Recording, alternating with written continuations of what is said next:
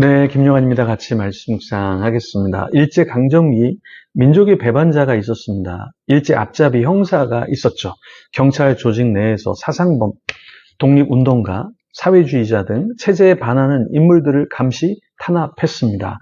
이런 형사의 업무는 단순한 범죄 수사가 아니라 민족의 정신과 독립을 향한 의지를 꺾는 것이었죠. 자신의 민족을 감시하고요, 검거하고요, 때로는 고문을 하기도 했습니다. 이런 사람들은 공동체 내에서, 민족 안에서 완전히 외부자로 낙인이 찍혔었죠. 철학자 푸코의 관점에서 보면 이런 사람들은 권력이 만든 규율, 권력의 대리인으로서 활동을 한 겁니다.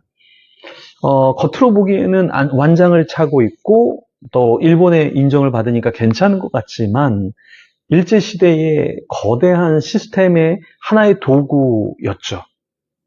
독립운동가나 같은 민족의 백성들로부터는 어떤 취급을 받았습니까?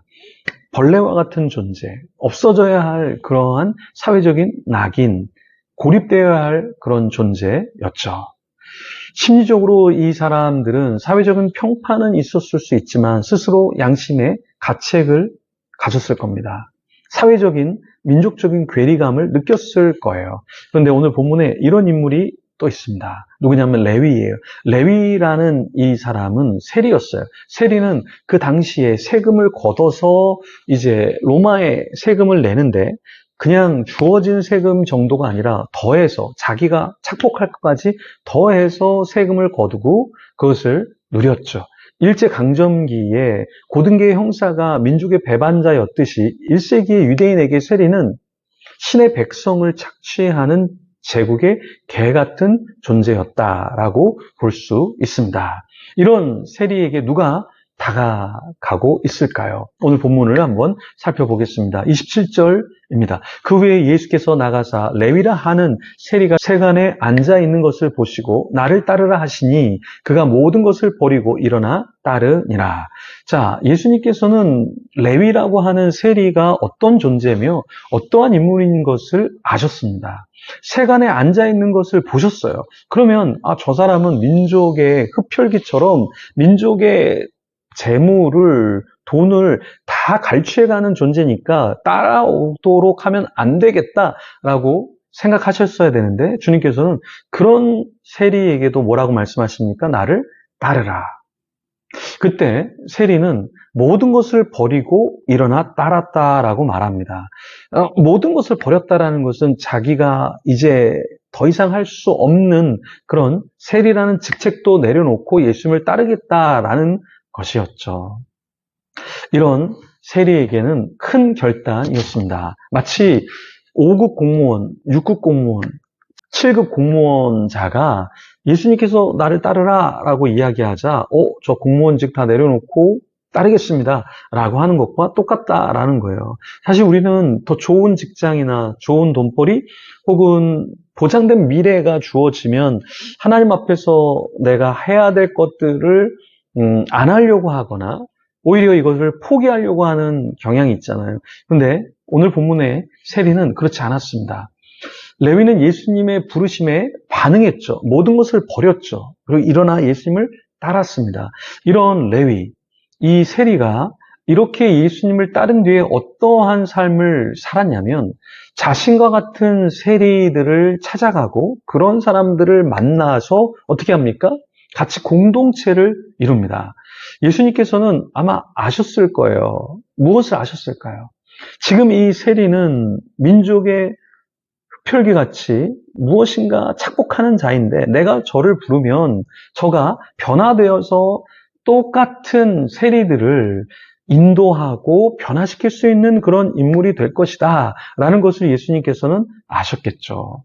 그래서 예수님께서는 그런 세리에게도 찾아가셔서 그 세리에게 변화할 수 있는 기회를 주셨다라는 것입니다.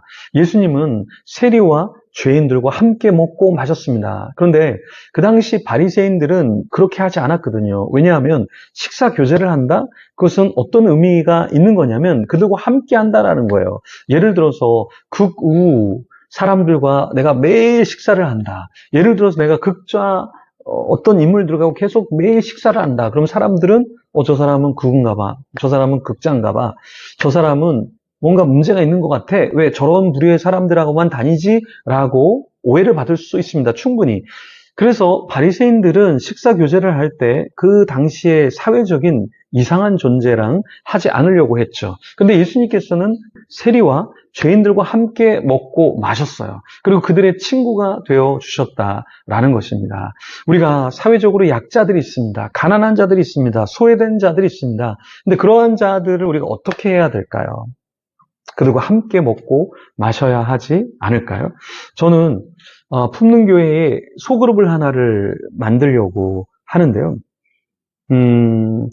조금 사회적으로 약자들, 좀 케어가 더 필요한 사람들, 이런 사람들을 소그룹으로 묶어서 제가 좀 인도하고 또 리더를 세워서 같이 하고 또 함께할 목회자가 있다면 함께해서 좀 소그룹을 만들려고 생각을 하고 있습니다. 약자들, 소외된 자들, 또 일반 사람들하고 어울리기 쉽지 않은 사람들이 모이는 모임, 좀 이상하지만 그런 모임을 통해서도 서로가 도전을 받고 은혜를 나눌 수 있다면 주님께서 오늘 세리와 죄인들, 그리고 사회적으로 받아들이지 않는 사람들과 함께하는 그런 모델이 되지 않을까요? 때로 이런 모임, 이런 소그룹은 잘 안 될 수 있어요. 그렇지만 이것을 잘 되게끔 하고 또 함께 교제하고 회복한다면 주님께서 기뻐하지 않으실까요? 여러분도 기도해 주시면 감사하겠습니다. 그리고 여러분 학교에 가든 또 직장에 가든 또 세상에 있던 더 약한 자들, 소외된 자들, 유명하지 않은 자들, 그런 사람들을 더 세우는 여러분이 되면 좋겠습니다. 제가 많은 분들에게 책을 써봐라, 이렇게 얘기를 하고요. 또 많은 분들에게 이런 강의를 해봐라, 이야기를 하고요. 이런 목회를 한번 해봐라. 또 이런 공부를 한번 해봐라. 이런 책을 한번 읽어봐라. 여러 가지 조언을 합니다. 그런데 어떤 분들은요, 그것을 정말 열심히 하는 분이 있어요. 어떤 분은 이런 유튜브 한번 만들어 보세요. 1년 동안 조회수가 안 나와도, 늘지 않아도 1년 동안 그걸 하시더라고요. 그리고 나서 다른 거를 만들었는데 그렇게 하듯 계속 하다 보니까 하루에 조회수와 구독자가 엄청나게 늘어났다라고 이야기를 하셨어요. 그러니까 안 될 때도 열심히 했던 사람이기 때문에 될 때는 얼마나 더 열심히 하겠습니까? 그런데요, 이러한 조언, 이러한 길을 갈 때 나에게만 축복이 있는 것이 아니라 다른 사람에게도 축복이 있어요. 안 될 것 같은 사람에게 이렇게 이야기했을 때 잘 되는 경우, 그 사람만 잘 되는 것이 아니라 저도 축복을 받는 경우가 굉장히 많더라고요. 여러분은 소외됐습니까? 부족합니까? 연약합니까?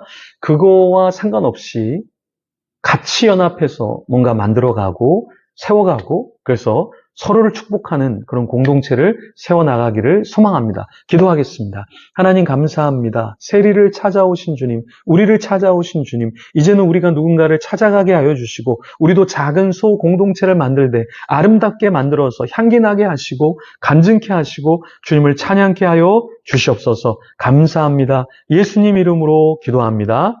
아멘. 우리 계속해서 기도하며 주님 앞에 나가겠습니다.